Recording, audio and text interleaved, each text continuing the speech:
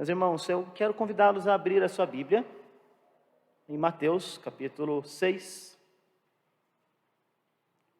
verso 12.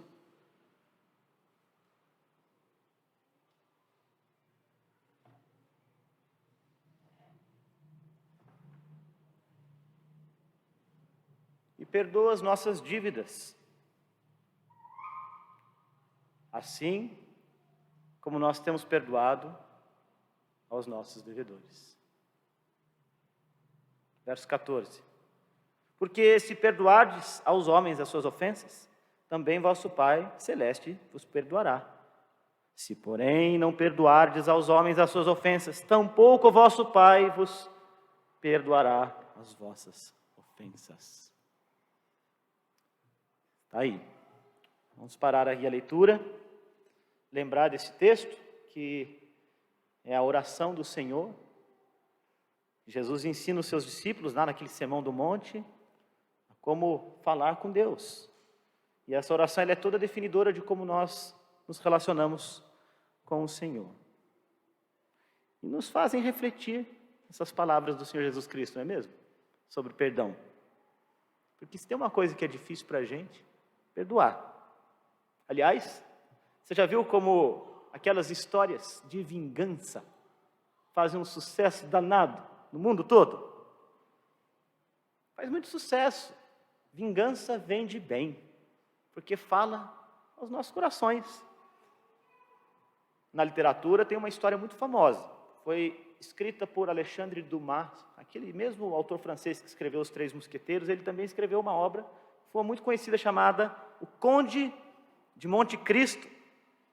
E essa obra inspirou musicais, inspirou novelas brasileiras, inspirou filmes, né? E conta uma história deleitosa até, de uma vingança de um jovem que foi traído por seus amigos. Olha só o que diz a sinopse do livro de Alexandre Dumas.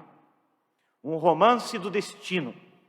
Vítima e vingador, Edmond Dantes, o personagem central, encarna ele próprio o destino. A história de um homem bom a quem roubaram a liberdade e o amor. No cativeiro, trava a amizade com o abade Faria e lhe oferece ajuda para uma fuga. Ele regressa coberto de riquezas, um vingador impiedoso, para além de toda a lei humana e divina. Dá até vontade de ler a história, né? Ela é muito interessante, eu até assisti o filme. É porque vingança vende. Vingança vende bem. As novelas, filmes, literatura, que contam aquela história da vítima que foi emboscada e depois superou seus medos e treinou artes marciais e voltou lá e derrotou um por um dos seus adversários. Quem nunca assistiu esse filme? Ou aquela pessoa que foi traída e depois de ter sido muito humilhada, foi e bolou um plano para destruir os seus algozes. Ou aqueles filmes que a gente gosta, do faroeste, em que um homem duro e frio, impiedoso, tem a sua história revelada. Ele teve a sua família assassinada e agora ele volta para destruir todos na cidade que conspiraram contra ele. Ou uma história inspiradora de um gladiador que conseguiu lutar contra o imperador numa arena diante de milhões de pessoas. Essas histórias, elas falam com a gente. Elas falam com a gente porque elas apelam a um certo senso de justiça que a gente tem. A gente vê histórias que mostram coisas feias que os homens fazem. Maldade, inveja, preconceito. Vitimando pessoas com as quais a gente se relaciona. A gente se relaciona com as vítimas. E aí a gente torce por elas. E a gente quer que elas virem o jogo e se deem bem no final. Na Bíblia também há histórias assim. Há algumas histórias de vingança na Bíblia. Gênesis 34, por exemplo, conta o caso dos filhos de Jacó, Simeão e Levi, irmãos de Diná. Vocês lembram dessa história? Eles vingam de modo terrível e sanguinolento a violência que Siquém, filho de amor, comete contra a sua irmã. E essa história é um capítulo fascinante das Escrituras, porque tem todos os elementos de uma grande narrativa. A gente tem uma vítima de um crime terrível. A gente tem a sede de ira e vingança dos irmãos da vítima. E um plano sinistro que eles bolam. Siquém teria de morrer. Mas eles não puderam conter a sua fúria, nem a sua sanha por vingança. Então não bastava que Siquém morresse. Os pais de Siquém também teriam de morrer. Também os irmãos. E já que nós estamos nessa toada de violência, também todos os homens da cidade, os bebês e os velhos, todos. E já que estamos fazendo tudo isso, vamos saquear também a cidade e levar tudo embora. É tudo nosso agora. Os animais, os tesouros, os bens e propriedades. É isso que Gênesis 34 conta, que Simeão e Levi fizeram. Tem de tudo nesse enredo, né? Mas sabe o que não aparece nesse capítulo? Deus. Deus não aparece nenhuma vez em Gênesis 34. Ele não aparece nessa história, mas Ele mesmo, Deus, vai revisitar essa história através de uma bênção proferida por Jacó, lá em Gênesis 49, verso 5. Em Gênesis 49, verso 5, quando Jacó, já idoso, está abençoando os seus filhos, ele vai fazer referência a esse episódio. E ele dirá assim: Simeão e Levi são irmãos. As suas espadas são instrumento de violência. Interessante, né? Ele não fala que são instrumento de justiça, mas de violência. E há muitas outras histórias como essa nas Escrituras. Os filhos de Davi, Amnon e Absalão, história tão conhecida. O general de Davi, Joabe, com Amasa e Abner. Amã, que queria vingar-se de Mordecai. Muitas outras histórias de vingança. E sabe o que todas elas têm em comum? A ausência de Deus. Porque Deus chama seus filhos para fazer uma coisa que é completamente antinatural para a gente, que é contraintuitiva à nossa natureza. Veja lá comigo em Romanos, capítulo 12, versos 19 a 21, o que Deus chama a gente a fazer. Romanos 12, de 29 a 21. Que diz assim: não vos vingueis a vós mesmos, amados, mas dai lugar à ira, porque está escrito: a mim me pertence a vingança, eu é que retribuirei, diz o Senhor. Pelo contrário, se o teu inimigo tiver fome, dá-lhe de comer, se tiver sede, dá-lhe de beber, porque fazendo isto, amontoarás brasas vivas sobre a sua cabeça. Não te deixes vencer pelo mal, mas vence o mal pelo bem. O cristão é chamado a vencer o mal pelo bem e a deixar a justiça e a vingança nas mãos de Deus. Veja o que diz Provérbios 20, verso 22.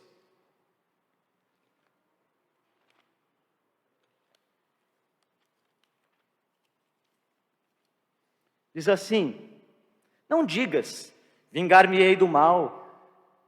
Espera pelo Senhor, e Ele te livrará.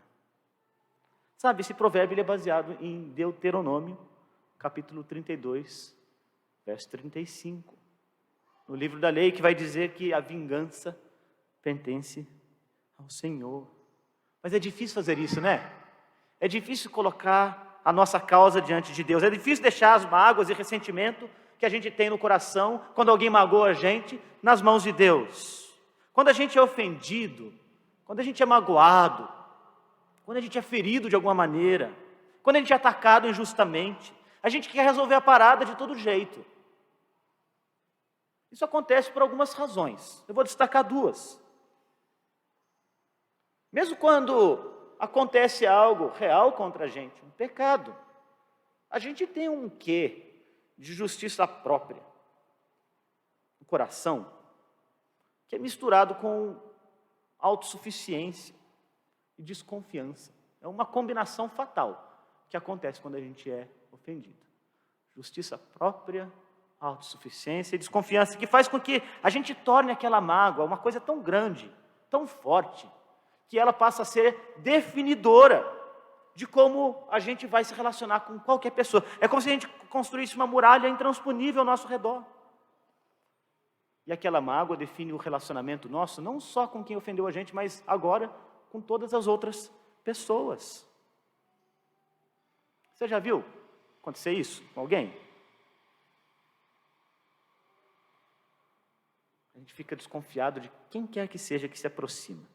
Os traumas de uma quebra de relacionamento, de uma quebra de confiança, de uma traição, quem sabe até de um ato de violência, de algum pecado que foi cometido contra a gente, agora exerce um tipo de senhorio sobre nós tão grande, que definem o nosso relacionamento com todas as demais pessoas. Eu nunca mais vou confiar em ninguém. Quem já ouviu essa frase? Quem já disse isso? Eu tive uma experiência horrorosa naquela amizade, não vou me abrir nunca mais com ninguém. Eu fui machucado pela igreja da qual eu fazia parte, me entreguei completamente e fui ferido, não quero mais ser membro de igreja, vou só sentar no banco e ouvir o sermão e depois vou embora, não quero mais me expor, eu não aguento mais ser ferido.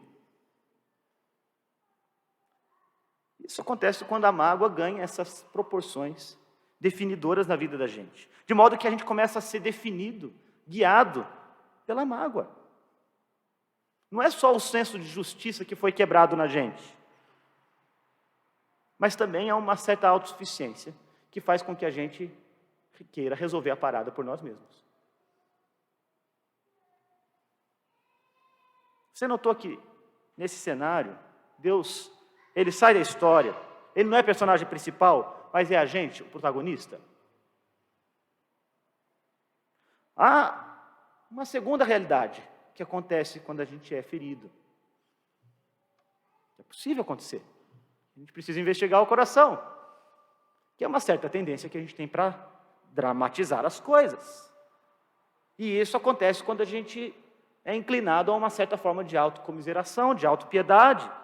E quando a gente faz isso, sabe o que acontece? A gente superdimensiona aquilo que aconteceu e começa a criar abismos que ficam intransponíveis. A gente exagera o tamanho da mágoa, tornando tudo mais complicado. Fulano nem olhou para minha cara.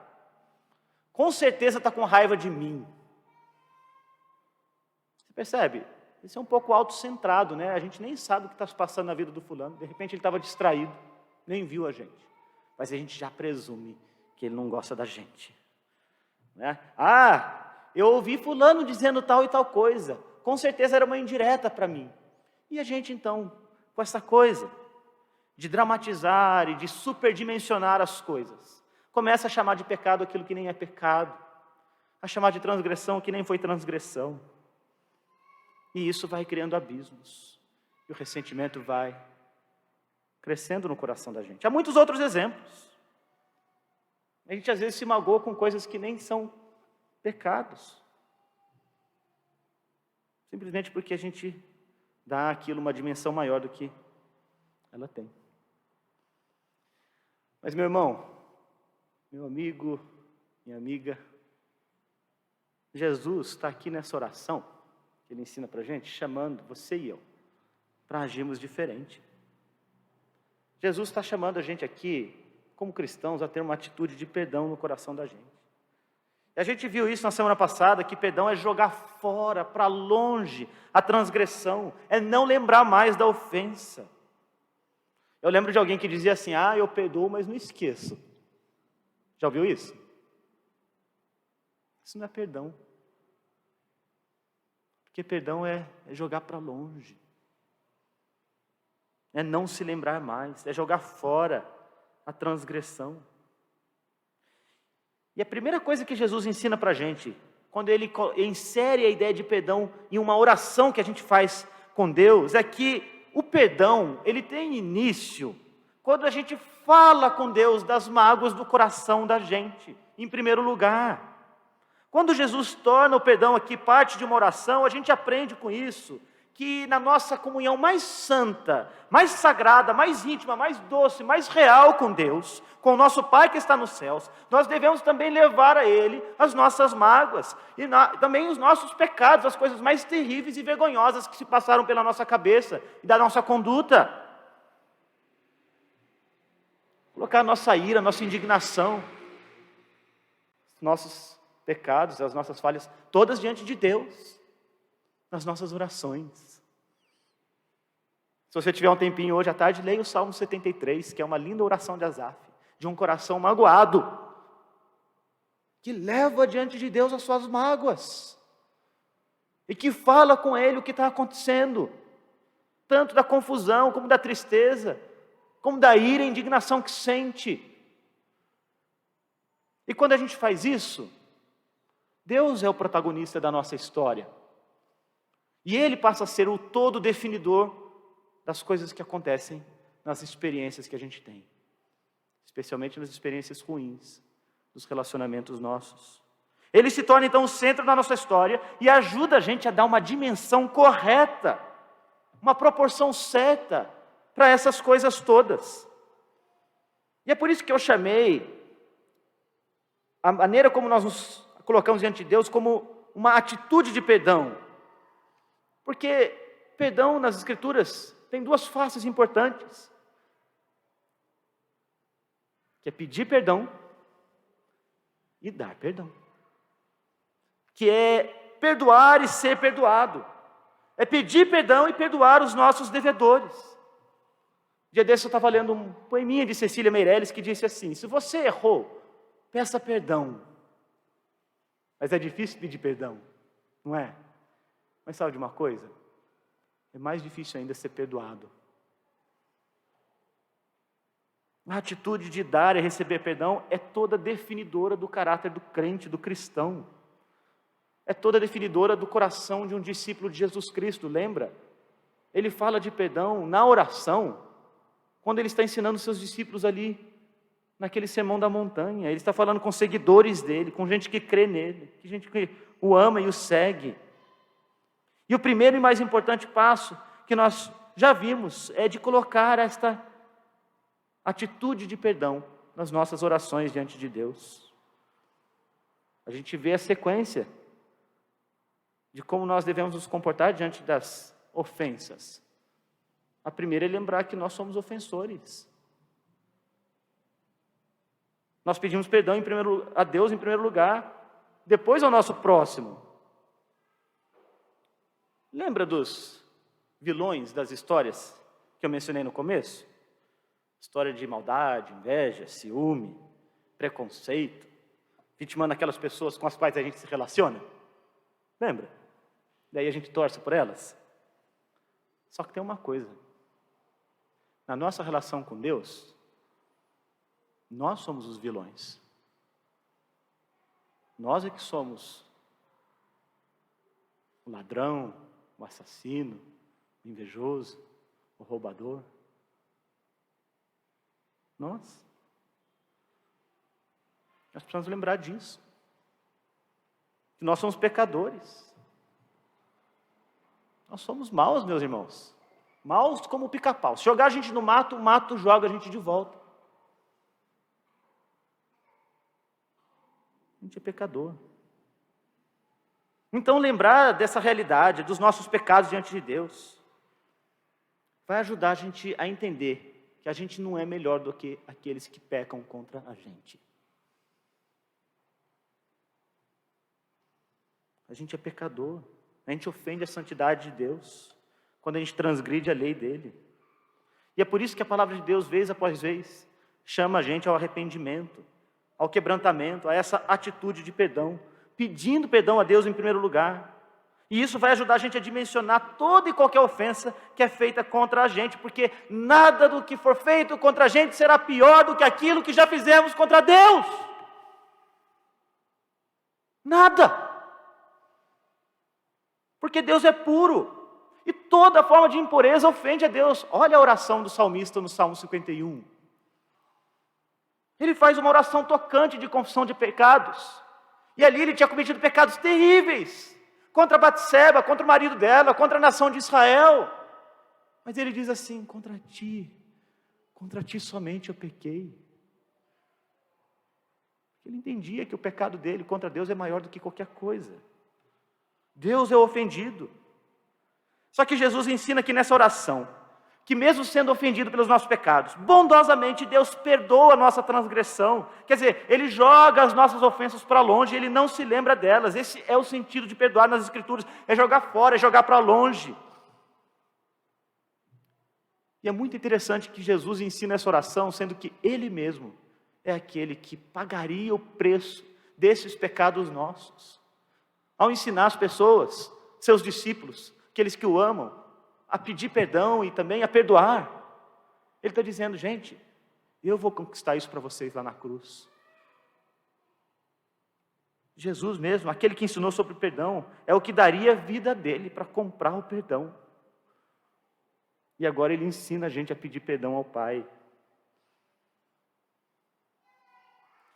Então sempre faz bem a gente, nas nossas orações, a gente lembrar que a gente pecou, que a gente é até responsável pelo cravo colocado nas mãos de Cristo e pelo sangue dele derramado, porque isso vai dimensionar as coisas, vai dimensionar o tamanho da ofensa que é feita contra a gente.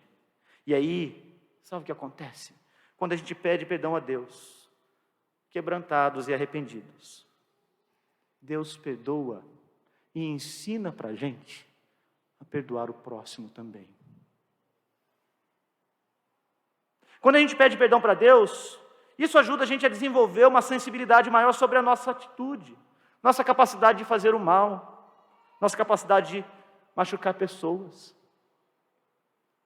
E quando a gente pede perdão, a gente aprende a quebrar o coração. Quando a gente pede perdão, a gente reconhece que a gente fracassa, que a gente precisa de ajuda. Por isso o pedido de perdão é a atitude de um coração humilde, que se percebe pecador e que dá esse passo importante em busca da reconciliação. Mas eu tenho mais uma palavrinha sobre esse pedido de perdão nosso, que a gente levanta a Deus e que a gente deve dar para o próximo. Precisa ser honesto. Deus vê o coração da gente. O próximo não vê, mas Deus vê. Precisa ser honesto. A gente precisa entender que a gente fez mal a alguém e saber dizer isso para aquelas pessoas que a gente magoou, que a gente machucou, que a gente feriu, que a gente agrediu, seja o que for. Você já viu? Há aqueles pedidos de perdão que são meio genéricos, né? Ah, desculpa qualquer coisa aí. Alguém já fez um pedido de perdão assim? Alguém já ouviu um pedido de perdão assim? Desculpa qualquer coisa. Isso não é pedido de perdão. Ele não reconhece a transgressão. Ele não se sensibiliza com o que a ofensa causou no outro. Ele não enxerga a ofensa pelos olhos do ofendido. A gente precisa saber dizer o que a gente fez. Há ainda aquele pedido de perdão que coloca a culpa no próprio temperamento. Ah, eu fiz isso, mas você sabe que eu sou cabeça quente. Eu sou assim mesmo, eu reajo desse jeito, eu sou meio explosivo. Aí eu falei aquilo, mas foi porque eu sou brincalhão. A gente às vezes tenta justificar a falta nossa, dizendo que alguma coisa do temperamento da gente. Ou aquele pedido de perdão que a gente faz, mas coloca um pouco da culpa no ofendido também. Ah, é verdade, eu fiz isso mesmo, mas você foi lá e também me provocou e tal, e aí eu peguei, né? Ah, é verdade, eu fiz isso, mas você pisou no meu calo. Ah, eu não devia ter feito aquilo, mas você também não ajuda, né? Quantas vezes a gente já fez isso? Pedido de perdão não pode ter essas coisas não, gente. Sem mais e nem menos, sem mases. Peça perdão, ponto. Se o outro falhou com você, cabe a ele pedir perdão também.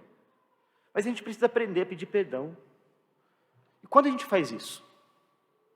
Quando a gente tem essa atitude de pedir perdão, a gente começa a aprender a perdoar. Que é o que Jesus está chamando a gente a fazer aqui. Se por um lado Ele chama a gente a pedir perdão a Deus, reconhecendo os pecados que a gente comete contra o próximo, a gente é chamado também a dar perdão. Isso é difícil. Um dia desse eu fiz uma enquete dessas páginas de internet, perguntando o que é mais difícil, pedir perdão ou perdoar? A grande maioria respondeu perdoar. É difícil perdoar, não é?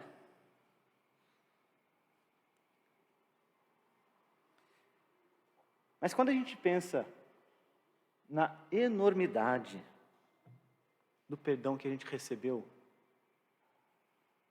quando a gente reflete no perdão de Deus aos nossos pecados, a gente é chamado por Ele mesmo a ter esse coração perdoador, como de Cristo, como do Senhor. A oração de Jesus lança esse desafio a todos nós.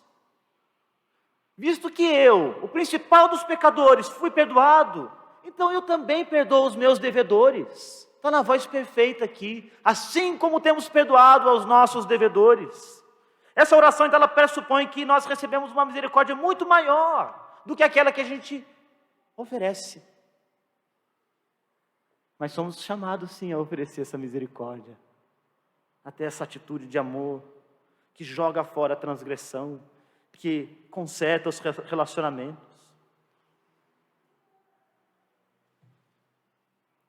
Quando a gente tem essa atitude de perdoar, a gente aprende muitas coisas. A gente aprende a dimensionar o tamanho da ofensa que é feita contra a gente. Se aquilo foi tão grande quanto a gente acha que foi. Se foi tão forte quanto a gente acha que foi. Se foi realmente até pecado, quando muitas vezes não foi nada disso. A gente aprende a dimensionar as coisas e a dar a proporção correta a elas. E a desenvolver um coração mais perdoador. E perdão, gente, não é um mero estoicismo. Quer dizer, não é uma atitude apática para com aquilo que fere a gente. Não é. Não é. Se a gente está ferido por um pecado ou transgressão cometido contra nós, nós precisamos abraçar isto. Mas perdão ajuda a gente a discernir a falta que foi feita contra a gente, a olhar a falta que a gente também comete contra o outro, contra Deus, a dar proporção correta para as coisas, e a desenvolver essa atitude de jogar isso para fora da gente, para longe da gente. Portanto, perdão não é só uma passividade estoica, é uma atitude de coração. É ter essa clareza do que aconteceu, sem exagerar, sem dramatizar, sem relativizar o pecado, mas ter essa disposição de jogar isso fora, de abandonar isto, deixar isso para longe da gente. Porque, gente, a gente foi perdoado. Porque a gente foi perdoado, a gente é chamado também a perdoar. Presta atenção nisso. Você foi perdoado. Jesus lá na cruz. Você é chamado a perdoar também. Então, não importa o tamanho da ofensa. E nem quem foi o ofensor. Você é chamado a ter um coração perdoador. Chamado a nutrir um coração que joga fora essa mágoa. Que joga fora a ira, a indignação. Que joga fora o ressentimento diante de Deus. Até porque, gente, quando a gente não perdoa, é como se a gente tivesse uma corrente amarrado no pé da gente. E a gente vai arrastando uma coisa pesada. Quando a gente olha para aquilo que a gente está arrastando, é um corpo morto. E quanto mais tempo a gente arrasta aquele corpo morto na corrente, mais pesado e putrefato ele fica. E começa a cheirar mal. E se a gente presta bem atenção naquele corpo morto que a gente está arrastando, tem a nossa cara ali. Quando a gente não perdoa, sabe o que a gente está fazendo? A gente está dizendo assim: minha justiça é maior do que a de Deus. Porque Deus perdoa. Quando você não perdoa, você está dizendo assim: minha justiça é maior do que a justiça de Deus.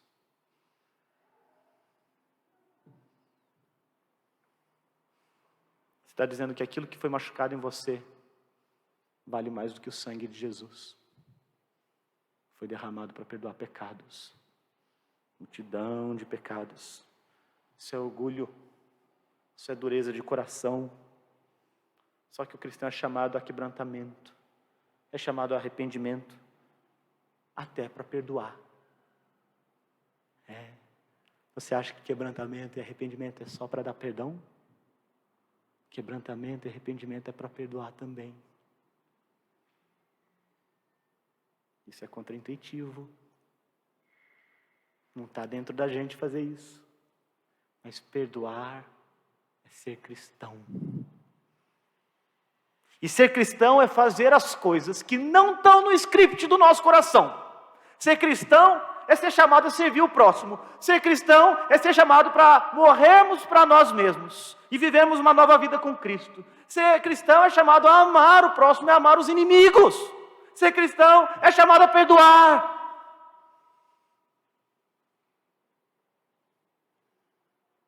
Ah, pastor, mas eu não consigo perdoar. O que eu faço? Deixa eu oferecer aqui para a gente concluir uns breves conselhos do que Jesus ensina a gente a fazer para a gente ter um coração perdoador.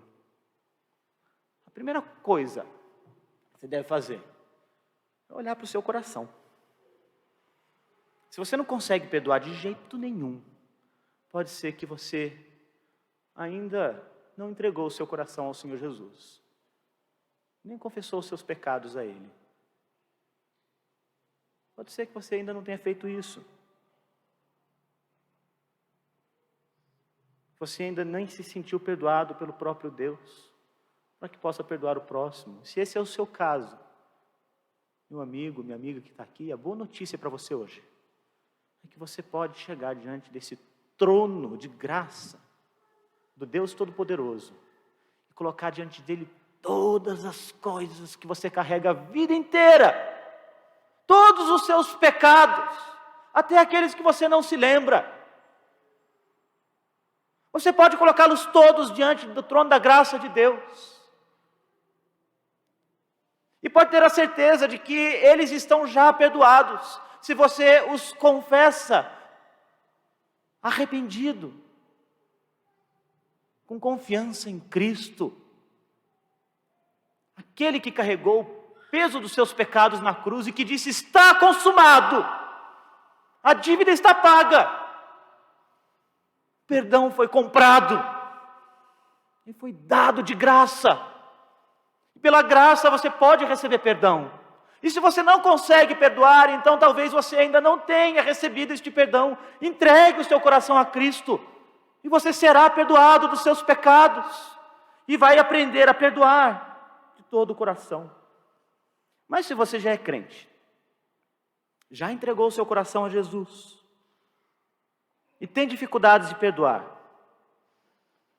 então lembre-se do que os seus pecados representam diante de Deus. Coloque isso em contraste com os pecados que foram cometidos contra você.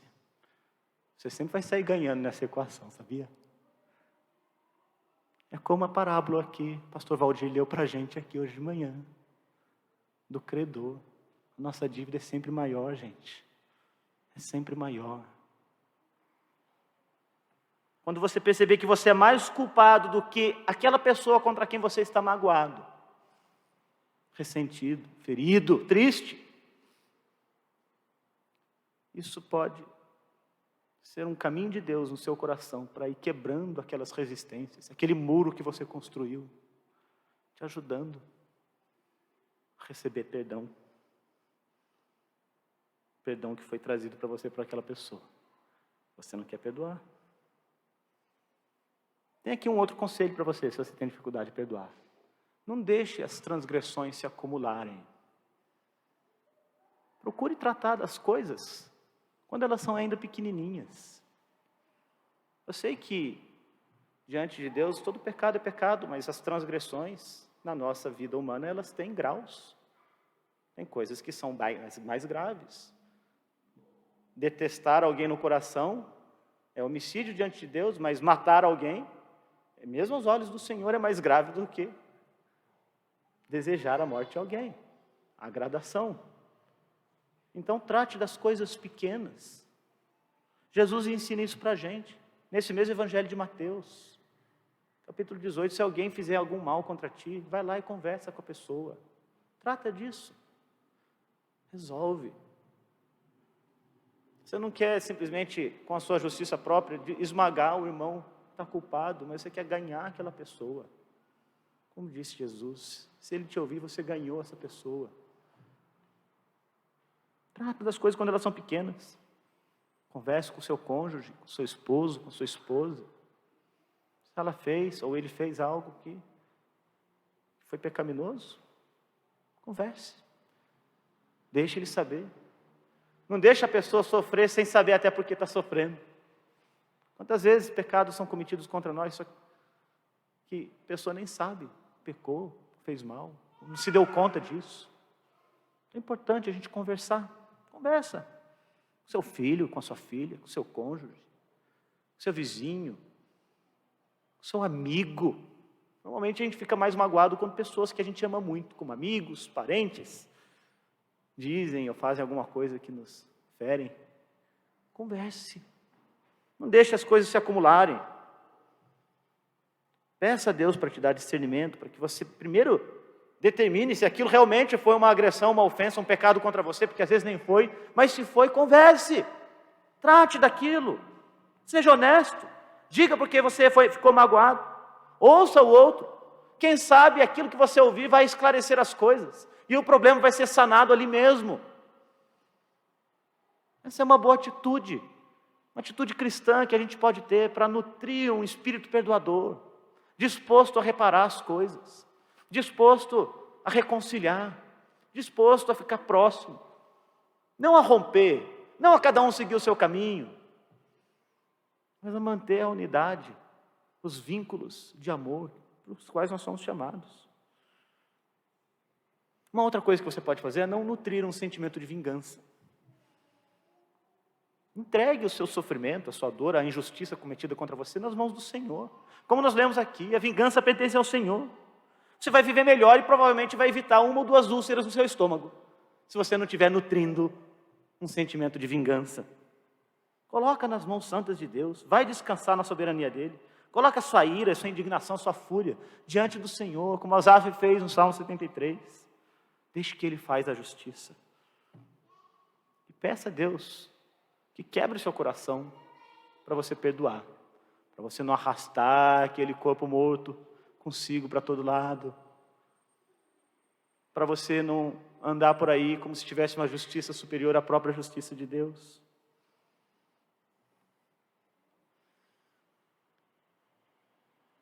Quando você for vítima de alguma injustiça, tiver dificuldade para perdoar, lembra de Jesus.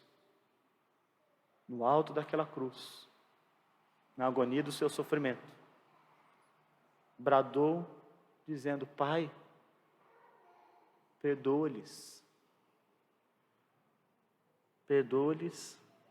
este pecado. Eles não sabem o que fazem.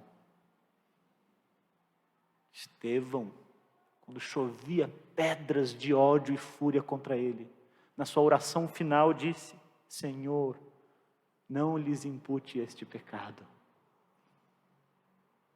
Porque o crente é chamado a ter um coração perdoador.